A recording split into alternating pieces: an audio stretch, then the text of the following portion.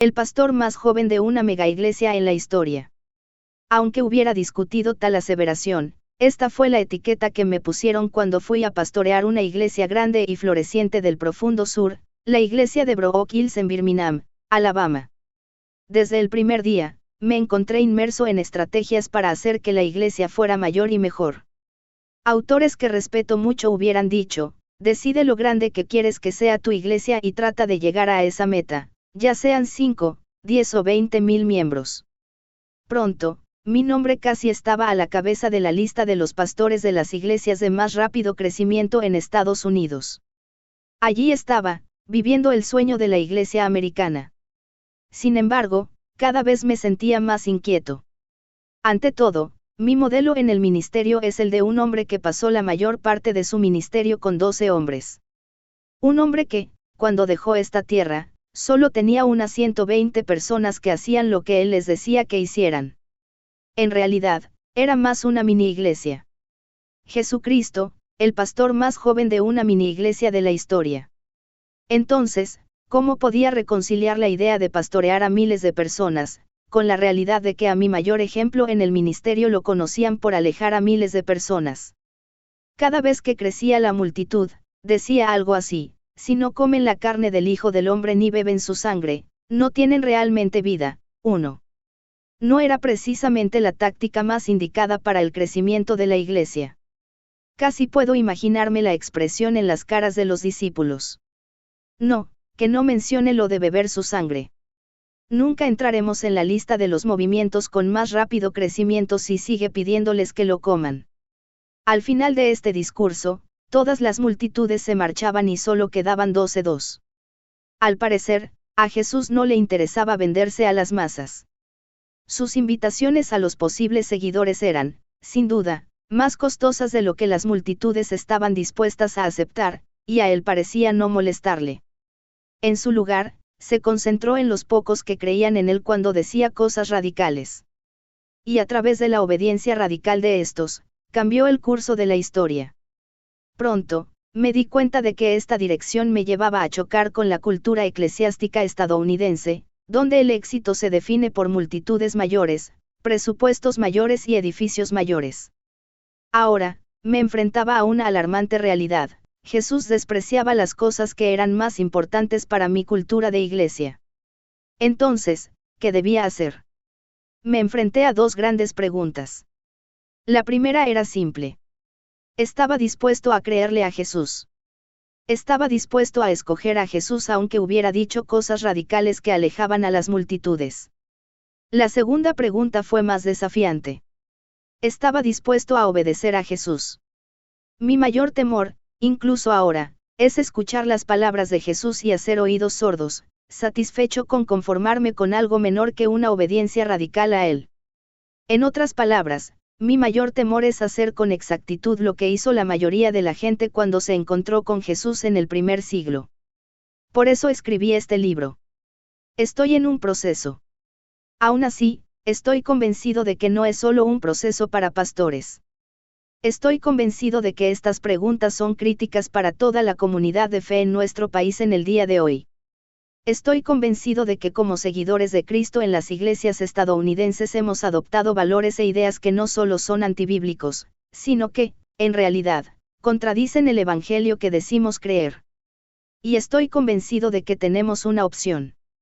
Tú y yo podemos decidir continuar como siempre con la vida cristiana y con la iglesia en su totalidad, disfrutando del éxito basado en las normas definidas por la cultura que nos rodea, o podemos darle una mirada sincera al Jesús de la Biblia y atrevernos a preguntarnos cuáles serían las consecuencias si le creyéramos y le obedeciéramos de verdad.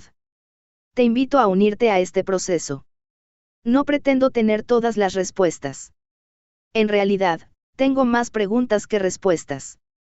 No obstante, si Jesús es quien dijo ser, y si sus promesas merecen tanto la pena como dice la Biblia, podemos descubrir que la satisfacción en nuestras vidas y el éxito en la iglesia no se encuentran en lo que nuestra cultura considera más importante, sino en una renuncia radical para seguir a Jesús. Charcos de lágrimas. Imagina una habitación con una iluminación tenue y todas las persianas cerradas. 20 líderes de distintas iglesias de la zona sentados en el piso formando un círculo con las Biblias abiertas. Algunos tenían las frentes empapadas de sudor después de caminar kilómetros para llegar allí. Otros estaban sucios por el polvo de los pueblos desde donde salieron temprano esa mañana en bicicleta. Estaban reunidos en secreto. Vinieron a propósito hasta este lugar a diferentes horas a lo largo de la mañana, a fin de no llamar la atención a la reunión que se celebraba. Vivían en un país de Asia donde es ilegal reunirse de esta manera. Si los pescaban, podían perder su tierra, sus trabajos, sus familias o sus vidas. Escuchaba mientras contaban historias de lo que Dios estaba haciendo en sus iglesias. Un hombre estaba sentado en un rincón. Era fornido y actuaba como el jefe de la seguridad, por decirlo de algún modo. Cada vez que se oía una llamada a la puerta o había un ruido fuera de la ventana, todos en la habitación se quedaban helados por el nerviosismo hasta que este hermano iba a asegurarse de que todo estaba bien. Mientras hablaba, su tosca apariencia revelaba enseguida un corazón tierno. Algunas personas de mi iglesia se han ido debido a una secta, dijo. A esta secta en particular la conocían por raptar creyentes, llevarlos a lugares aislados y torturarlos. No es raro que a los hermanos les cortaran la lengua. A medida que contaba los peligros a los que se enfrentaban los miembros de su iglesia, se me llenaban los ojos de lágrimas. Estoy dolido, dijo, y necesito la gracia de Dios para guiar a mi congregación a través de estos ataques. A continuación, habló una mujer al otro lado de la habitación. Hace poco, a algunos miembros de mi iglesia los enfrentaron funcionarios oficiales del gobierno, continuó. Amenazaron a sus familias y les dijeron que si no dejaban de juntarse para estudiar la Biblia, perderían todo lo que tenían. Pidió oración diciendo, necesito saber cómo dirigir a mi congregación para que siga a Cristo aunque les cueste todo. Al mirar alrededor de la habitación, vi que ahora todos tenían lágrimas en los ojos. Las luchas que estos hermanos expresaron no eran aisladas. Todos se miraron y dijeron, debemos orar. De inmediato, se pusieron de rodillas y con los rostros en el suelo, comenzaron a clamar a Dios. Sus oraciones no estaban tan marcadas por un elocuente lenguaje teológico, sino por una alabanza y un ruego de corazón. Oh, Dios, gracias por amarnos. Oh, Dios, te necesitamos. Jesús, te entregamos nuestras vidas. Jesús, confiamos en ti. Lloraban de forma audible delante de Dios mientras un líder tras otro oraba. Al cabo de una hora más o menos, la habitación quedó en silencio y se levantaron del piso. Humillado por lo que acababa de presenciar, vi charcos de lágrimas en un círculo alrededor de la habitación. A partir de entonces, Dios me ha concedido muchas otras oportunidades de reunirme con creyentes en las casas iglesias clandestinas de Asia. Allí, los hombres y las mujeres arriesgan todo por seguir a Cristo. Hombres como Jian, un médico asiático que dejó su exitosa clínica de salud, y que ahora arriesga su vida y las vidas de su esposa y sus 2 hijos para proporcionar atención médica a las empobrecidas aldeas, mientras instruye en secreto toda una conexión de redes de líderes de casas iglesias. Mujeres como Lin, que enseña en una universidad donde es ilegal extender el Evangelio. Se reúne en secreto con los estudiantes para hablar de las demandas de Cristo, aunque podría perder su medio de vida por hacerlo. Adolescentes como Chan y Ling a quienes han enviado desde las casas iglesias de sus aldeas para realizar estudios intensivos y prepararse para llevar el Evangelio a partes de Asia donde no hay iglesias. Ling me dijo, le he dicho a mi familia que es probable que nunca regrese a casa. Voy a llevar el Evangelio a lugares difíciles y es probable que pierda la vida en el proceso. Chan añadió, sin embargo, nuestras familias comprenden. Nuestras madres y nuestros padres han estado en prisión a causa de su fe, y nos han enseñado que Jesús es digno de toda nuestra devoción. Una escena diferente 3 semanas después de mi tercer viaje a las casas iglesias clandestinas en Asia, comencé mi primer domingo como pastor de una iglesia en Estados Unidos. La escena era muy diferente. En lugar de luces tenues, el auditorio de ahora estaba iluminado con luces al estilo de un teatro. En lugar de viajar kilómetros a pie o en bicicleta para reunirse a celebrar un culto, habíamos llegado en vehículos que en su conjunto valen millones de dólares. Vestidos con ropa elegante, nos sentamos en sillas con cojines. Para ser sincero, no era mucho lo que estaba en juego. Muchos habían venido porque esa era su rutina habitual. Algunos habían venido solo para ver quién era el nuevo pastor. Sin embargo, nadie había venido a riesgo de su vida. Esa tarde, las multitudes llenaban el estacionamiento del predio multimillonario en expansión de nuestra iglesia. Las madres, los padres y sus niños saltaban sobre juegos hinchables. Se estaban discutiendo planes que contemplaban el uso del terreno adyacente para construir un centro de recreación vanguardista con comodidades que pudieran proporcionar más actividades como esta. Por favor, no malinterpretes esta escena. Estaba llena de cristianos maravillosos, bien intencionados, con fundamento bíblico, que querían darme la bienvenida y disfrutar los unos de los otros. Gente como tú y como yo, que solo deseamos la comunión, que queremos participar en la iglesia y que creemos que Dios es importante en nuestra vida. No obstante, como nuevo pastor que comparaba las imágenes que me rodeaban ese día con las que todavía tenía frescas en mi mente de los hermanos y hermanas al otro lado del mundo, no pude evitar pensar que en alguna parte del camino hemos perdido lo que es radical de nuestra fe y lo hemos sustituido por lo que es cómodo. Nos estábamos acomodando a un cristianismo que gira en torno al cuidado de nosotros mismos, siendo que el mensaje central del cristianismo es renunciar a nosotros mismos. Digámosle a la gente que siga a Cristo. Al final de Lucas 9, encontramos una historia que habla de 3 hombres que se acercaron a Jesús, ansiosos de seguirlo.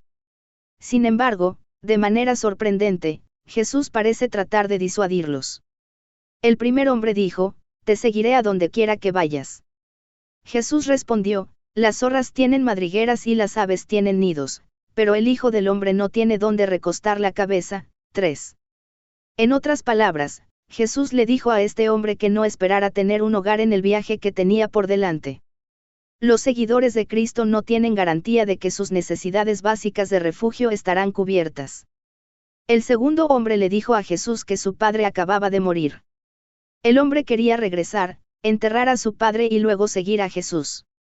Jesús le respondió: «Deja que los muertos entierren a sus propios muertos, pero tú ve y proclama el reino de Dios». 4.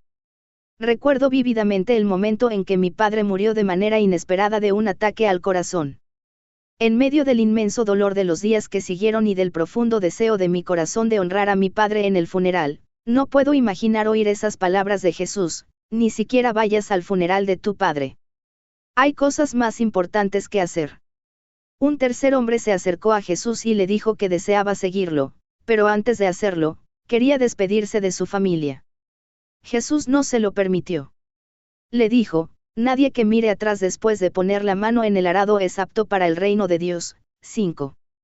Dicho de manera sencilla, una relación con Jesús requiere una devoción total, superior y exclusiva. Quedarse sin casa. Dejar que alguien entierre a tu padre. Ni siquiera despedirte de la familia. Es sorprendente que, después de lo que leímos en Lucas 9, Jesús tuviera éxito en convencer a estos hombres de que no lo siguieran. La primera vez que oí predicar sobre este texto fue de labios del Dr. Jim Sadix. Era mi profesor en predicación y me había mudado a Nueva Orleans específicamente para estudiar con él. Al poco tiempo de llegar allí, el Dr. Sadix me invitó a viajar con él a una reunión especial donde debía hablar. Me senté en la primera fila, en medio de cientos de personas, y escuché cómo comenzaba su sermón. Esta noche mi objetivo es disuadirlos de seguir a Jesús. Abrí los ojos asombrado y confundido. ¿Qué estaba pensando? ¿Qué estaba pensando yo? Acababa de mudar mi vida a Nueva Orleans para estudiar con un hombre que persuada a la gente de que no siga a Jesús. El Dr. Sadix predicó el sermón exactamente como lo describe Lucas 9, y les dio advertencias a los potenciales discípulos sobre lo que implica seguir a Jesús. Al final, invitó a la gente que deseaba seguir a Cristo a que pasara al frente. Ante mi sorpresa, muchos en la multitud se levantaron de sus asientos y pasaron adelante. Me quedé sentado estupefacto y comencé a pensar: entonces, esto es una táctica de predicación, una especie de psicología inversa santificada. Y da resultado. Si les dices que tratarás de persuadirlos para que no sigan a Jesús, responden en multitud. Estaba decidido a intentarlo. A la semana siguiente, me encontraba predicando en un encuentro juvenil. Siguiendo el ejemplo del Dr. Sadix, me paré orgulloso frente a los estudiantes reunidos esa noche y anuncié: mi objetivo esta noche es disuadirlos de seguir a Jesús. Pude ver que los líderes del encuentro abrían los ojos preocupados, pero yo sabía lo que hacía. Después de todo, hacía unas pocas semanas que estaba en el seminario y esto lo había visto hacer antes. Entonces, prediqué el mensaje e invité a los estudiantes que querían seguir a Cristo a pasar adelante. Al parecer, tuve más éxito que el Dr. Sadix al predicar ese mensaje. Digamos que estuve parado solo en el frente durante un momento hasta que por fin el organizador del encuentro decidió que era hora de terminar. Por alguna razón, nunca volvieron a invitarme. Contrario a lo que hubiera podido pensar de Lucas 9, Jesús no utilizaba un truco para conseguir más seguidores. Solo dejaba en claro con osadía y desde el principio que, si lo sigues, abandonas todo, tus necesidades, tus deseos y hasta tu familia. Los acontecimientos en Lucas 9 tampoco fueron incidentes aislados en la vida de Jesús. En otra ocasión, cuando estaba rodeado de una multitud de seguidores dispuestos, Jesús se volvió hacia ellos y les recalcó: si alguno viene a mí y no sacrifica el amor a su padre y a su madre, a su esposa y a sus hijos, a sus hermanos y a sus hermanas, y aún a su propia vida, no puede ser mi discípulo. 6.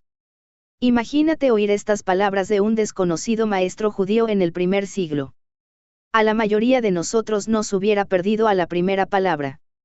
No obstante, continuó, y el que no carga su cruz y me sigue, no puede ser mi discípulo. 7.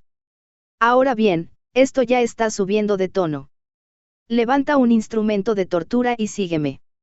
Esto se vuelve bastante extraño, y un tanto espeluznante.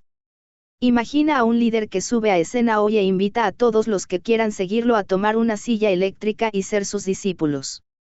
¿Alguien quiere? Como si este versículo no fuera suficiente, Jesús terminó su sensible alegato con una conclusión que tocaba las emociones y los sentimientos más profundos. Cualquiera de ustedes que no renuncie a todos sus bienes, no puede ser mi discípulo. 8. Renuncia a todo lo que tienes, carga una cruz y sacrifica el amor a tu familia. Esto parece muy distinto a: acepta, cree, confiesa y haz conmigo la siguiente oración. Y eso todavía no es todo. Considera Marcos 10, otro momento en que apareció un potencial seguidor. Era un hombre joven, rico, inteligente e influyente. Era un potencial seguidor de primera, por decir poco. Y como si no fuera suficiente, estaba dispuesto y listo para seguir al Señor. Vino corriendo a Jesús, se inclinó hasta el suelo y dijo: ¿qué debo hacer para heredar la vida eterna? 9. Si estuviéramos en los zapatos de Jesús, es probable que pensaríamos que esta es nuestra oportunidad. Con un simple: repite esta oración, firma esta tarjeta, inclina la cabeza y repite conmigo: este hombre está adentro. Luego, piensa en todo lo que puede hacer un hombre como este, con toda su influencia y prestigio.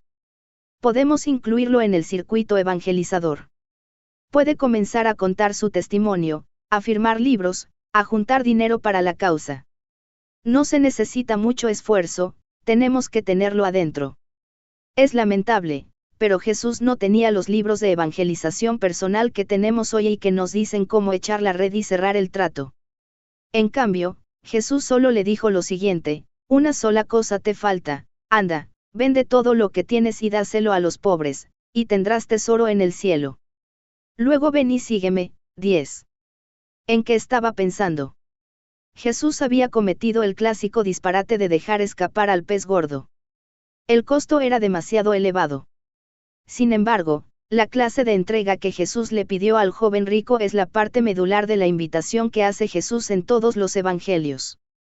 Hasta el sencillo llamado en Mateo 4 a sus discípulos: sígueme, contenía implicaciones radicales para sus vidas. Jesús los llamaba a abandonar la comodidad, todo lo que les era conocido y natural. Los llamaba a abandonar sus carreras. Debían reorientar el trabajo de todas sus vidas alrededor del discipulado de Jesús. Los planes de él se tragaban sus planes y sueños. Jesús los llamaba a abandonar sus posesiones. En efecto, les decía: dejen las redes y sus negocios como exitosos pescadores. Jesús los llamaba a abandonar a sus familias y amigos.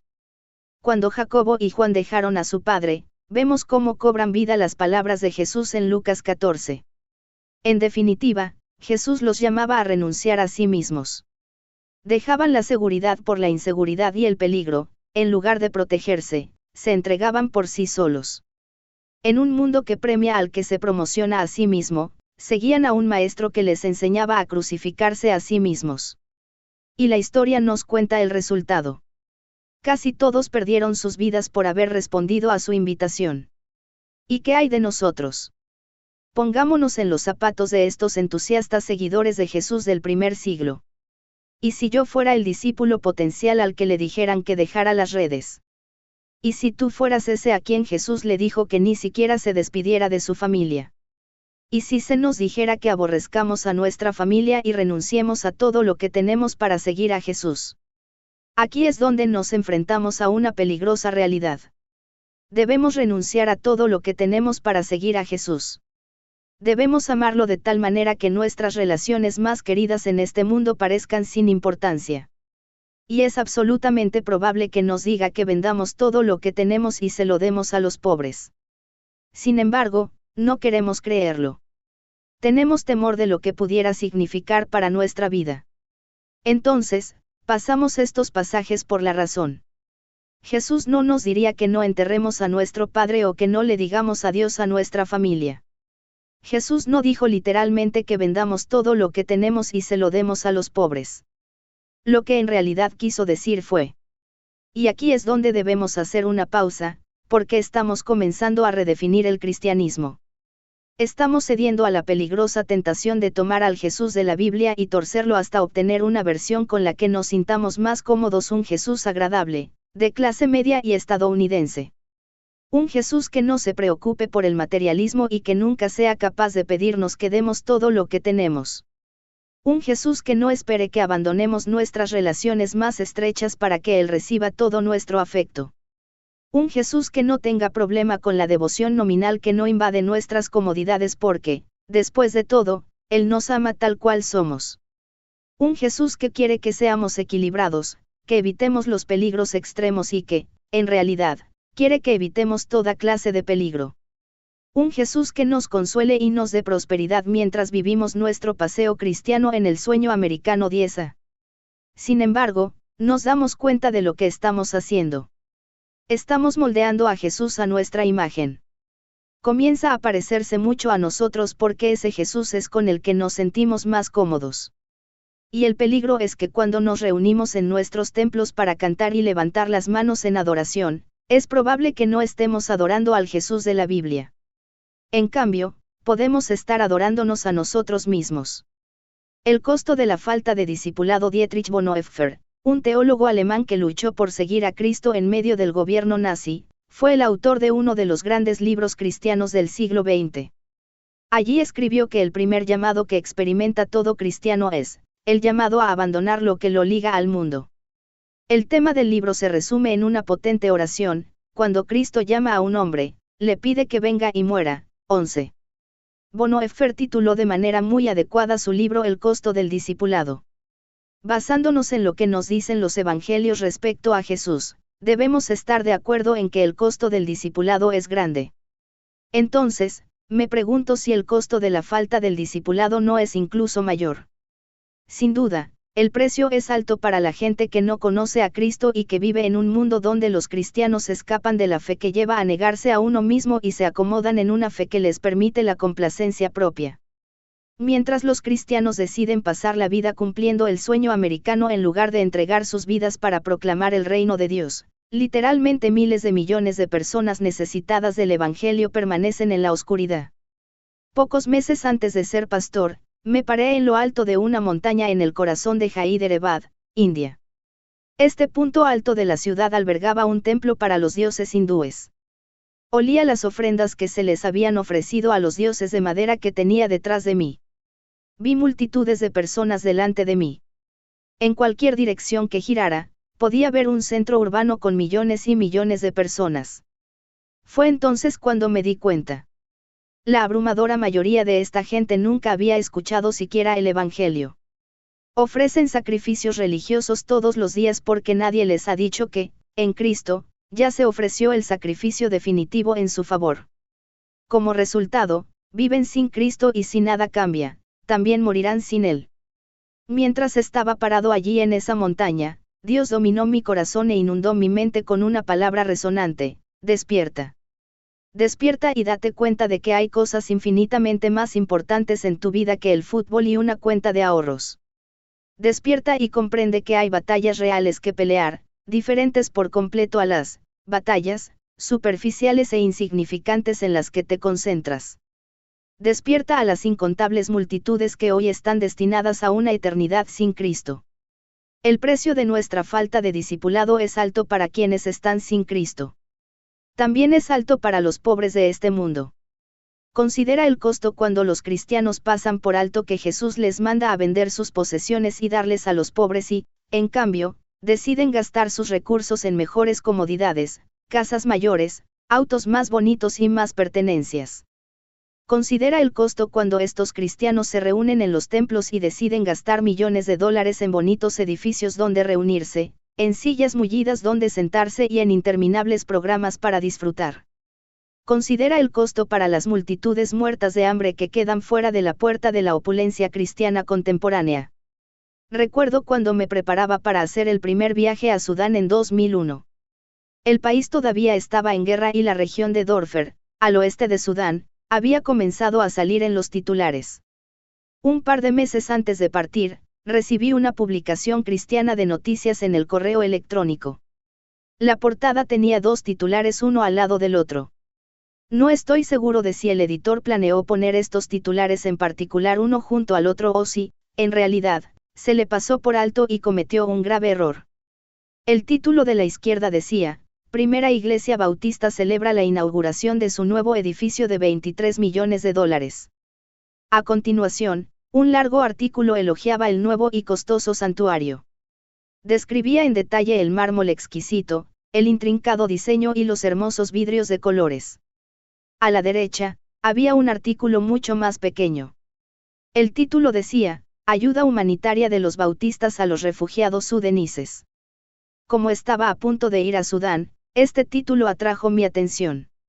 El artículo describía a 350.000 refugiados al oeste de Sudán que morían de desnutrición y que no podían llegar al final del año. Brevemente, explicaba sus sufrimientos y contingencias. La última oración decía que los bautistas enviaron dinero para ayudar a aliviar el sufrimiento de los sudaneses. Me entusiasmé hasta que llegué a la cifra. Ahora, recuerda lo que decía a la izquierda: Primera Iglesia Bautista celebra la inauguración de su nuevo edificio de 23 millones de dólares. A la derecha, el artículo decía: Los bautistas recaudaron $5.000 para enviarles a los refugiados al oeste de Sudán. $5.000. Esto no alcanza para movilizar un avión hasta Sudán y mucho menos una gota de agua para la gente que la necesitaba.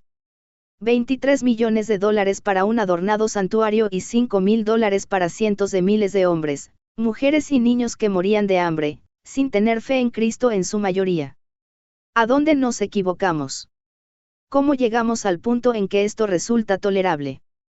Por cierto, el costo de la falta del discipulado es grande. El costo de los creyentes que no se toman en serio a Jesús es vasto para quienes no conocen a Cristo y devastador para quienes mueren de hambre y sufren en el mundo. Sin embargo, no son solo ellos los que pagan el costo de la falta de discipulado. Nosotros también lo pagamos. El llamado a atesorar. ¿Captaste lo que dijo Jesús cuando le respondió al joven rico que abandonara sus posesiones y se las diera a los pobres? Escúchalo otra vez, en particular la segunda mitad de la invitación de Jesús: Anda, vende todo lo que tienes y dáselo a los pobres, y tendrás tesoro en el cielo. 12. Si nos descuidamos, podemos torcer el concepto de estas declaraciones radicales de Jesús en los evangelios y comenzar a pensar que no quiere lo mejor para nosotros, pero sí lo quiere. Jesús no trataba de privar a este hombre de todo placer. En su lugar, le estaba ofreciendo la satisfacción del tesoro eterno. Jesús le quiso decir: será mejor, no solo para los pobres, sino para ti también, que rindas las posesiones que te mantienen cautivo. Vemos que lo mismo se repite en Mateo 13. Allí, Jesús les dice a sus discípulos: El reino de los cielos es como un tesoro escondido en un campo. Cuando un hombre lo descubrió, lo volvió a esconder, y lleno de alegría fue y vendió todo lo que tenía y compró ese campo. 13. Me encanta esta figura. Imagínate ir caminando por un campo y tropezarte con un tesoro que es más valioso que cualquier otra cosa por la cual pudieras trabajar o que pudieras encontrar en esta vida. Es más valioso que todo lo que tienes y todo lo que tendrás en el futuro. Miras a tu alrededor y te das cuenta de que nadie más se ha dado cuenta de que el tesoro está aquí, entonces, lo cubres enseguida y te alejas como si no hubieras visto nada. Vas a la ciudad y comienzas a vender todas tus posesiones a fin de tener el dinero suficiente para comprar ese campo. El mundo piensa que estás loco. ¿Qué estás pensando? Te preguntan tus amigos y tu familia. Compraré ese campo que está allí, les respondes. Te miran incrédulos. Esa es una inversión absurda, dicen. ¿Por qué te estás deshaciendo de todo lo que tienes? Tengo una corazonada, les respondes y sonríes para tus adentros al alejarte. Sonríes porque sabes la verdad. Sabes que, en realidad, no estás deshaciéndote de nada. Por el contrario, estás ganando.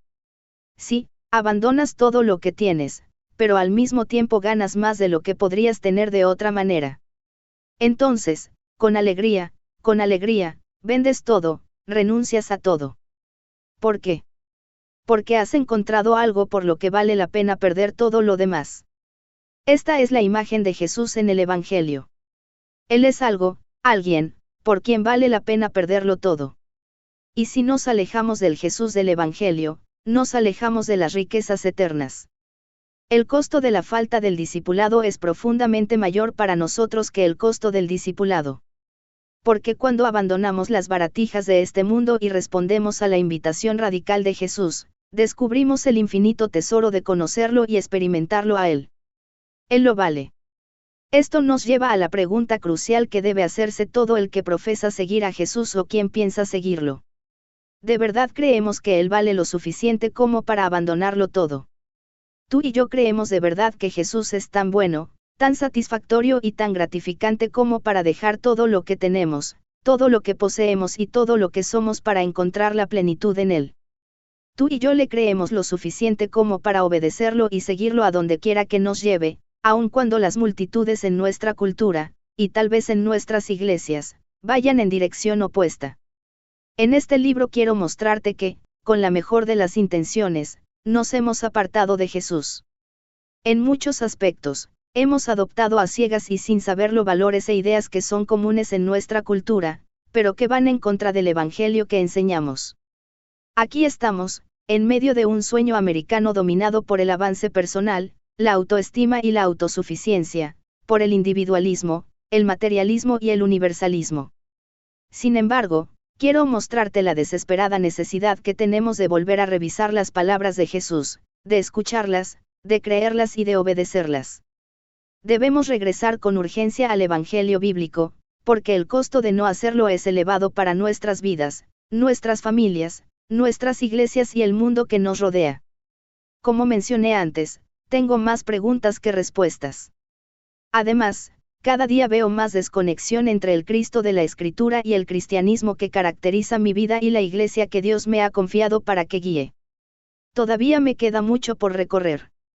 Todavía nos queda mucho por recorrer. Sin embargo, quiero conocerlo. Quiero experimentarlo. Quiero formar parte de un pueblo que se deleita en Él como los hermanos en la iglesia clandestina de Asia que no tienen nada más que a Él. Y quiero formar parte de un pueblo que lo arriesgue todo por Él. Hoy en día, por el bien de más de 1.000 millones de personas que todavía ni siquiera han oído el Evangelio, quiero arriesgarlo todo. Por el bien de 26.000 personas que hoy morirán de hambre o de alguna enfermedad previsible, quiero arriesgarlo todo. Por el bien de una iglesia cada vez más aislada y relativamente ineficiente en nuestra cultura, quiero arriesgarlo todo. Por el bien de mi vida, de mi familia y de la gente que me rodea, quiero arriesgarlo todo. Y no estoy solo. En la familia de fe a la que tengo el privilegio de liderar, me acompañan acaudalados médicos que están vendiendo sus casas para darles a los pobres o que se van al extranjero, exitosos líderes de negocios que están movilizando sus compañías para ayudar al que sufre, parejas jóvenes que se han mudado a los barrios marginales a fin de poner en práctica el Evangelio, y ancianos, madres que cuidan a sus niños, estudiantes universitarios y adolescentes que están reorientando sus vidas alrededor de una entrega radical a Jesús. Les presentaré a muchos de ellos en el transcurso de este libro. No tenemos nada de especial, pero somos prueba de que la gente común que por naturaleza se siente atraída a las comodidades del sueño americano puede convertirse a una fe radical en un Salvador radical. ¿Por qué no te unes a nosotros? No obstante, si tienes intenciones serias de iniciar este proceso, creo que existen un par de prerequisitos. Están relacionados con las dos grandes preguntas que comencé a hacerme a mí mismo cuando me di cuenta de que era el líder de una mega iglesia que trataba de seguir a un líder de una mini iglesia. Primero, desde el principio debes comprometerte a creer todo lo que dice Jesús. Como cristiano, sería un grave error venir a Jesús y decirle, quiero oír lo que dices y después decidiré si me gusta o no. Si te acercas a Jesús de esta manera, nunca oirás de verdad lo que tiene que decir. Debes decir sí a las palabras de Jesús antes de oírlas. Luego, en segundo lugar, debes comprometerte a obedecer lo que has oído. El Evangelio no te incita a una simple reflexión, requiere una respuesta. En el proceso de oír a Jesús, te ves obligado a darle una mirada sincera a tu vida, a tu familia y a tu iglesia, y a no decir simplemente, ¿qué dice?, sino también, ¿qué debo hacer? En las siguientes páginas, exploraremos juntos el Evangelio bíblico a la par de las suposiciones de nuestra cultura con el objetivo de aceptar a Jesús tal cual es en realidad, y no al ser que hemos creado nosotros. Daremos una mirada a la verdad central de un Evangelio centrado en Dios y veremos cómo lo hemos manipulado hasta convertirlo en un mensaje centrado en el ser humano, y en definitiva, insatisfactorio. Veremos un propósito para nuestra vida que trasciende el país y la cultura en que vivimos, y veremos nuestra desesperada necesidad de su presencia para cumplir ese propósito en nosotros. Descubriremos que nuestro sentido se encuentra en la comunidad y nuestra vida se encuentra en entregarnos en favor del bien de otros en la iglesia, de los perdidos y de los pobres.